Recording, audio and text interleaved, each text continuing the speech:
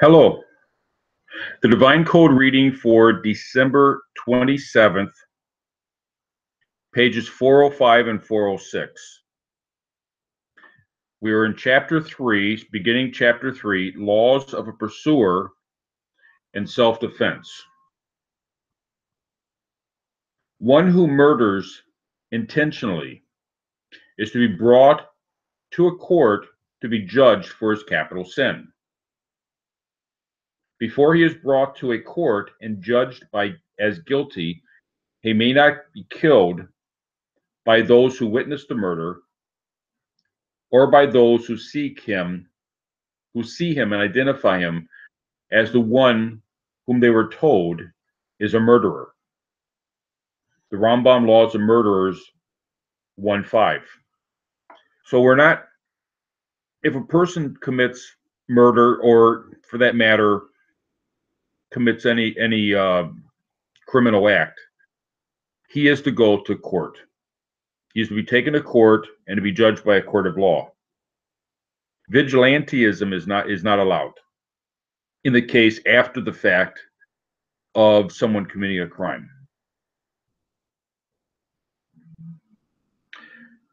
This only applies if he is already murdered. However, if someone, an adult or a child, is chasing another person, male or female, adult or child, with the intent to kill the person, it is an obligation to save the one who is being chased.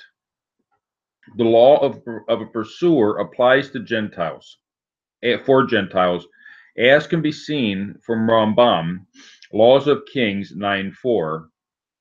If the Gentile could save himself by only maiming the pursuer's limbs. This implying that if maiming a limb will not stop the pursuer, it is permissible to actually kill the pursuer, the attacker. This is seen also from Tractate Sanhedrin 57a, in the Minhag Chinuch Commandment 296, that I think is relevant to sanctifying God's name. Chimet Israel on Rambam, Laws of Kings 9:4, and Sidi Chimet Piat Sadi, Volume 3, 6:13. There is a discussion regarding a Gentile saving another person who is being chased. These opinions decide that since it is logical, there is no need to support from a verse. So there are laws regarding the pursuer in the Jewish law, in the 613. They're referring to their fellow, which would refer to a fellow Jew. So the question is whether or not they would also apply to a non-Jew. And the determination is that it's logical that if one person is pursuing another person, it is permitted to stop that person from pursuing him by whatever means necessary, meaning as much as necessary. If that means calling the police, you call the police. And if the police can stop it, that's good. Or if it means maiming the person, or if it means just simply intervening and stopping the situation, if necessary, it can involve killing the attacker, if necessary.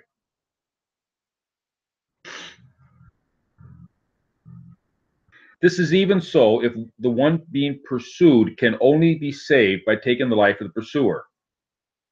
This applies whether the one who is saving is someone who sees the chase, or one who is being chased.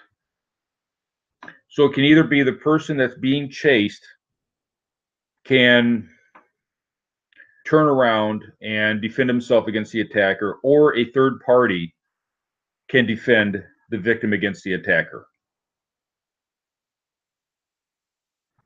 The sages learned from the verse, Genesis 9:6, whoever sheds the blood of man, by man his blood shall be shed.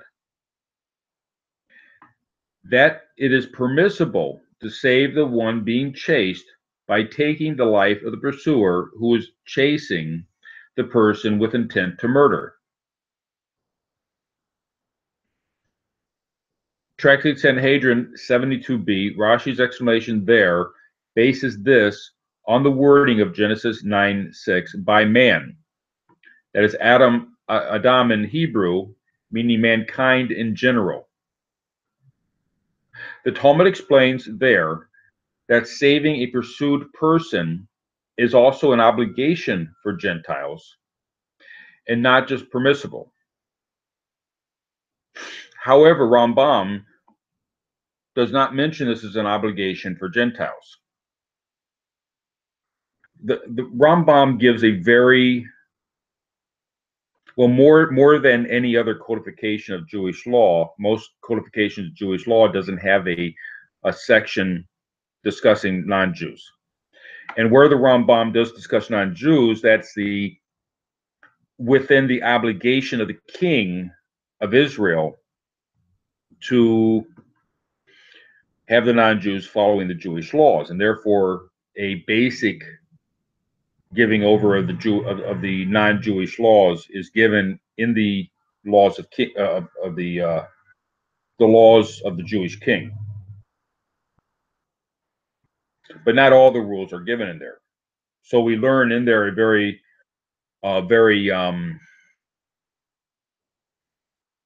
concisely worded, the person is not to do more than necessary.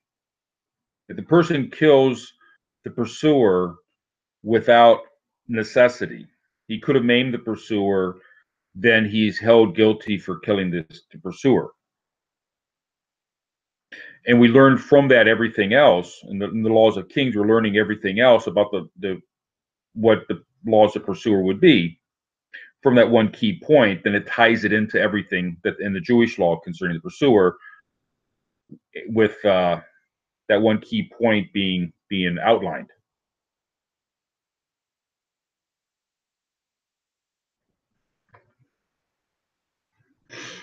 The main reason for this is that it is logical for the one being chased to try to save himself at all costs from the pursuer, and likewise for the intended victim's families and relatives who witnessed the pursuit.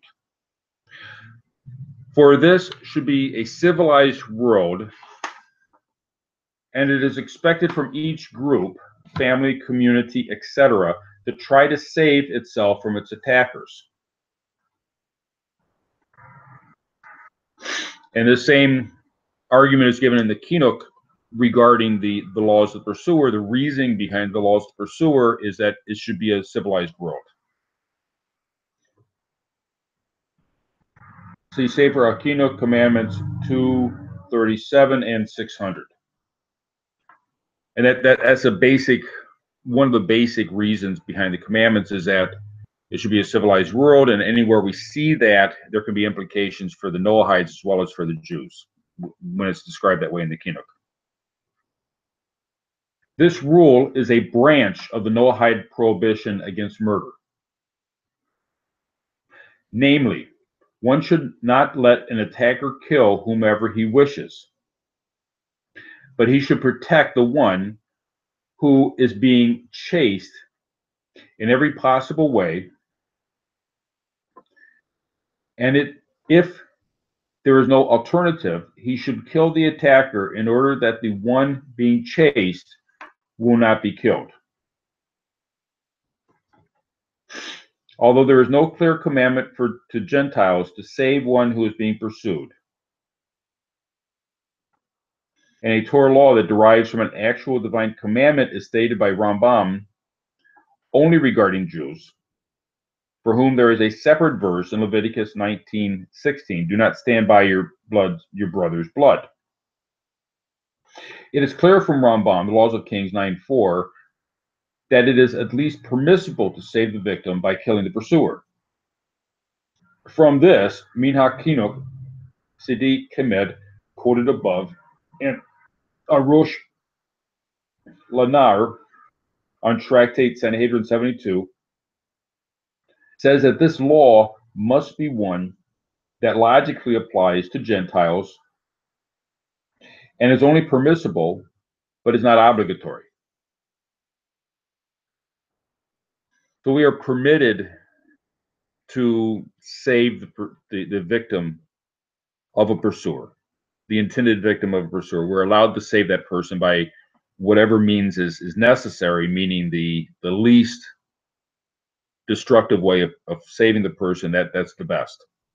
That's the way we should do. We shouldn't go beyond, because that would go into the area of vigilantism.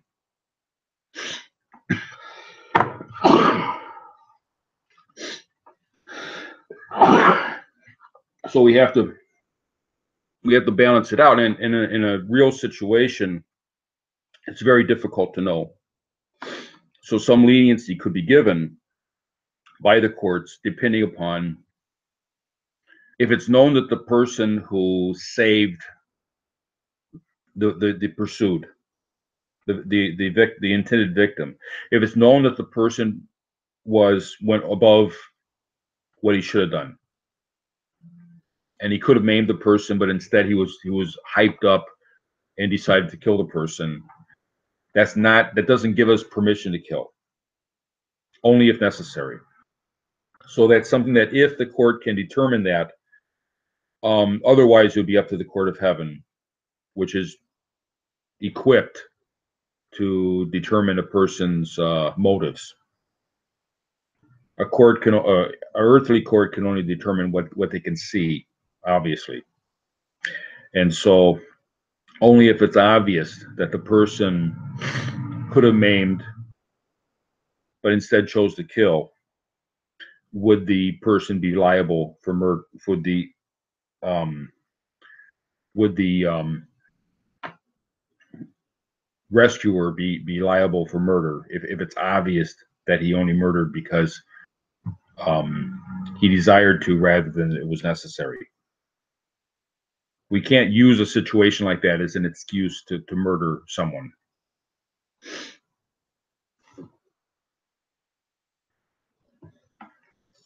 See Rabbi Chaim Halevi on Rambam, Laws of Murderers, Chapter 1. And Kimdat Yisrael on Rambam, Laws of Kings, Chapter 9, in the name of Zukuta da Avraham, who says that this is an obligation that stems from the Noahide precepts regarding the courts of law. So all of this about the pursuer and that is connected. It's not really, it's interconnected with the laws of murder, but it's primarily part of the laws of Dinam, the laws of the requirement to establish courts of law and to have a organized society, to have a settled world, that it's allowed to intervene, and it may even under that be considered an obligation, because the courts of law are an obligation. It might be considered an obligation to do something. The practical difference in application to Gentiles is that if the onlooker knows that he can save the pursued person from several pursuers, yet others will manage to kill the victim, he is only morally, but not legally obligated to stop some of the pursuers. And then it becomes a question. In this case, we have a mob situation. There's 12 people chasing one person. The onlooker knows he can stop a few, but he's not going to be able to save the person. Would it be permitted to intervene and stop a few? And to what extent would it be permitted? Would it be permitted to kill several of the crowd to save the one person when he's not going to be able to save the one person? And that would require more digging into this law to know if that would be permitted. He's not going to be able to save the person by killing a few people. Is he permitted to kill a few people just to try to knock down the crowd?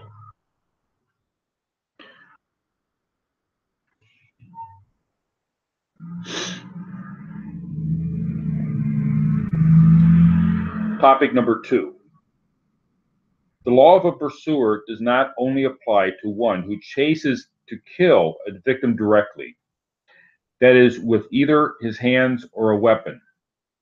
It even applies to one who is proceeding to kill a victim by indirect means, such as one who is trying to lock his victim in a place where he will die of hunger, as explained in topic 1, 2, chapter 1, topic 2.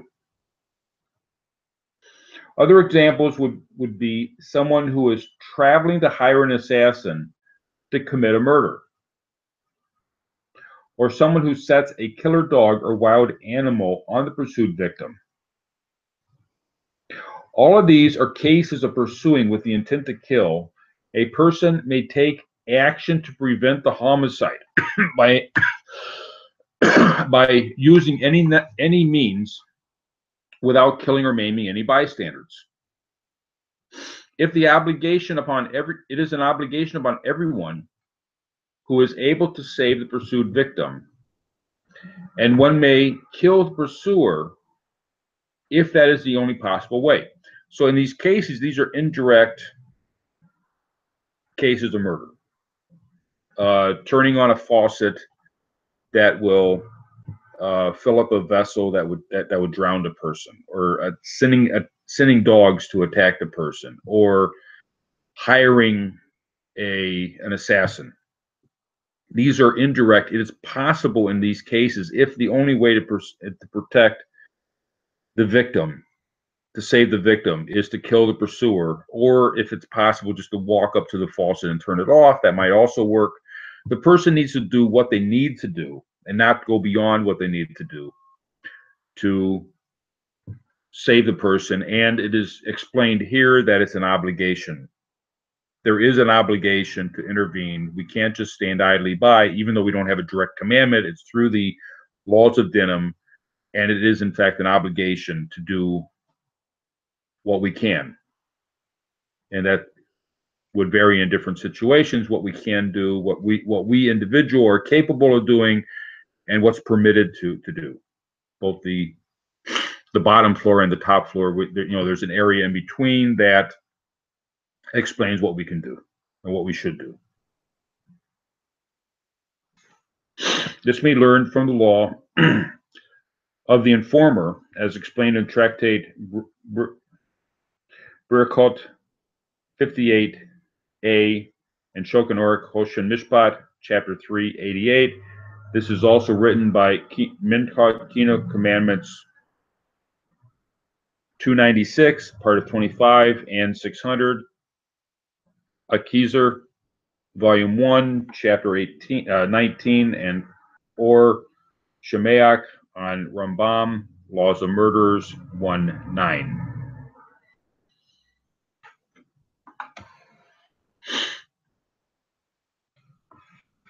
Thank you.